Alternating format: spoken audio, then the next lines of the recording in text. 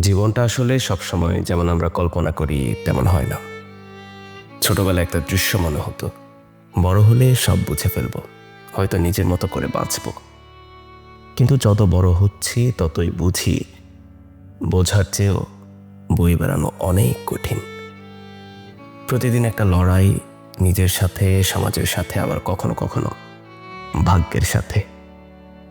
আচ্ছা, কখনো কি মনে হয়েছে সব কিছুই ব্যর্থ? চেষ্টা করছো তবু কিছুই হচ্ছে না। সবার সঙ্গে দৌড়াচ্ছ কিন্তু কোথাও পৌঁছাতে পারছো না। এই একই প্রশ্ন মনে আসে, আমি কি আদৌ কোনো কাজে লাগি? এই প্রশ্নটা শুধু তোমার না। দার্শনিক আলবেয়ার কামু যখন আবসার্ডের কথা বলেছিলেন, তিনিও বলেছিলেন জীবনের অর্থ খুঁজতে গিয়ে মানুষ ক্লান্ত হয়ে পড়ে।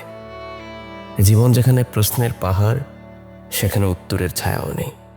তুমি একা না। তবে শোনো, একটা কথা বলি, জীবনের অন্ধকার মানেই জীবনের শেষ না। আলো সবসময় বাইরে থেকে আসে না, কখনো কখনো সেটা তোমার ভিতরেই জন্ম নেয়। কার্ল ইয়ং বলেছিলেন, the brighter the light, the darker the shadow. তোমার ভেতরের অন্ধকারটা আসলে তোমারই শক্তি লুকিয়ে রাখে।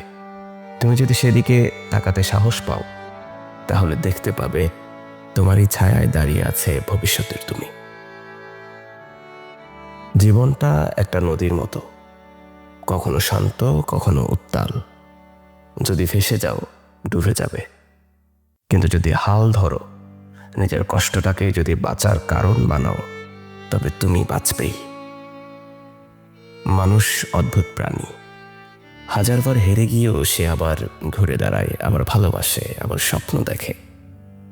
ভিক্টর ফ্র্যাঙ্কল, যিনি নাৎসি কনসেন্ট্রেশন ক্যাম্পে থেকেও বেঁচেছিলেন, তিনি লিখেছিলেন, those who have a why to live can bear with almost any how. তোমার জীবনও সেই কেন আছে। হয়তো তুমি এখন সেটা দেখতে পাচ্ছ না, কিন্তু সে আছে। তুমি যদি কখনো একা অনুভব করো, বিশ্বাস করো, তুমি নিজের সবচেয়ে বড় শক্তি।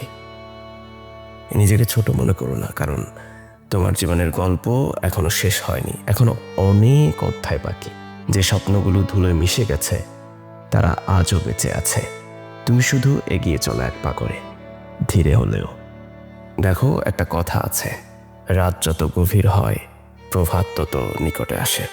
রাত যতই গভীর হোক, সকাল হবেই, সূর্য উঠবেই, তোমার ভেতরের আলো আবার জ্বলবেই। হতাশা আমাদের ভাঙার জন্য নয়, আমাদের পরখ করার জন্য আসে। আর সেই পরীক্ষায় তুমি হয়তো এখনই পাশ করছো, শুধু বুঝে ওঠোনি তুমি পারবে। ভেঙে পড়ার আগে একবার নিজেকে জিজ্ঞেস করো, আমি কত দূর এসেছি? তুমি যদি এত দূর আসতে পারো, তাহলে বাকি পথটাও পারবে। শুধু থেমে যেও না। তোমার জীবনের গল্পটা সুন্দর হবেই যদি তুমি লিখতে না ছাড়ো।